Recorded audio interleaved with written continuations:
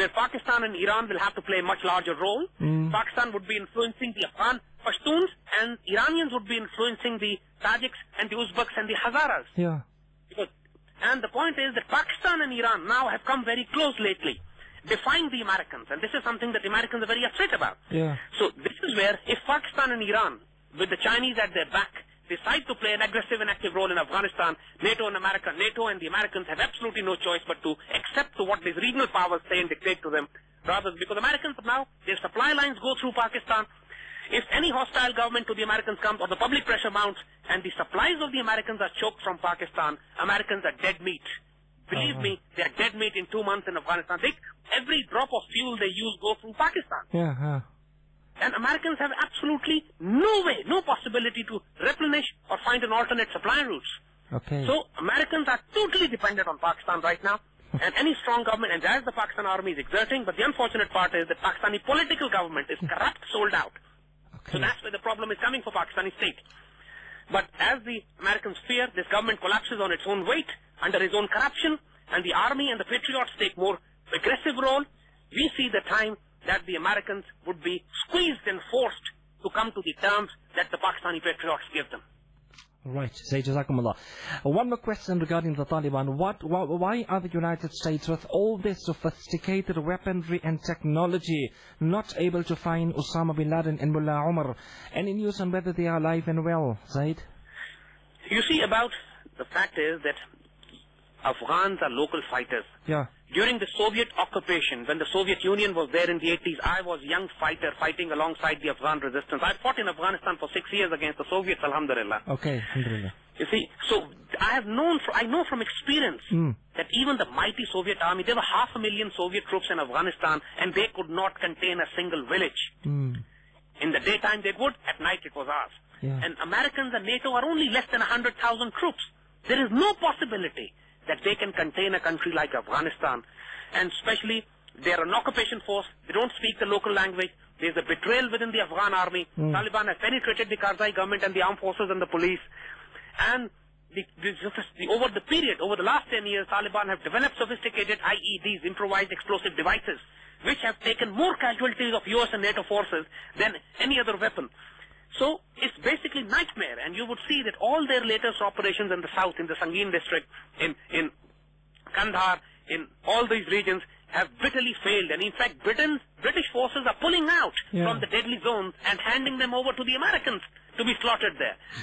And actually, there are reports, confirmed reports, that the Americans and NATO forces are paying to Taliban millions of dollars for the transit of their containers and for the protection and security. I mean, it can't get more comical than this. Yeah. That the occupation force is paying the resistance for protection.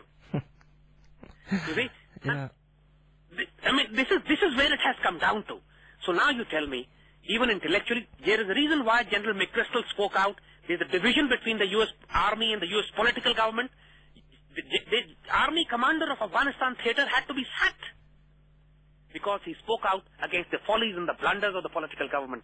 So this is what is happening. The number of suicide cases is higher than the number of troops killed in action. Okay. When the armies reach this level, that means they're already doomed. It's only a matter of time. All right.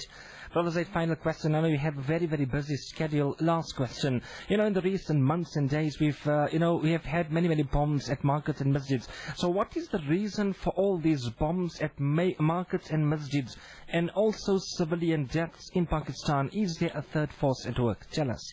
You see, Habibi, the American presence in Afghanistan have allowed Indians to operate with impunity from Afghanistan into Pakistan. Okay. And every weapon, explosive device, technology, weapons, money, everything that is being used in Pakistan is flowing in from Afghanistan. That is why you find two resistance groups, insurgent groups. One of them is from Balochistan, other is the Pashtun of the Tehreek-e-Taliban. And these ruthless people, they belong to the ideology of takfir or kharjis, perhaps they are called by scholars here. They declare the entire Pakistani Muslims as non-Muslims, as kafirs, you see.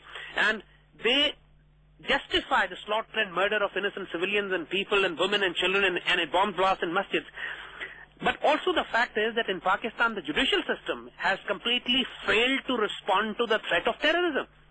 In the last 10 years, the judiciary has not hanged a single terrorist.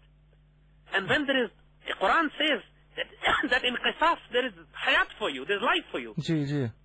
And there is no qisas, there is no justice in Pakistan. Judicial system, judges are scared, police is scared, witnesses don't come forward to testify against them, and that puts the pressure on the army to engage these on the battlefront and eliminate them on the battlefront and not hand them over to the system, because the system has already collapsed, you see.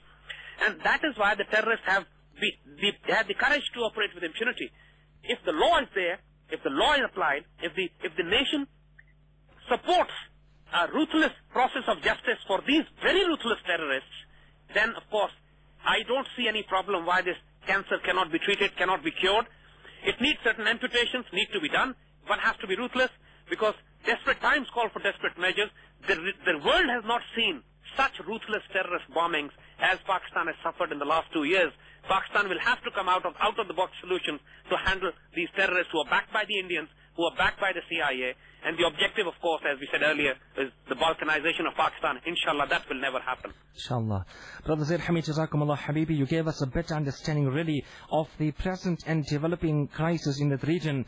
May Allah Tabaraka wa Ta'ala be with the Muslims and also project, and may Allah give izzah to Islam and Muslimin. Jazakallah, my brother. Wonderful talking to you, and we'll talk to you soon, inshallah, again. Thank you, Habibi. Jazakallah khair. Allah yasallamak. Ma'as salama. Wa alaikum assalam wa rahmatullahi wa barakatuh.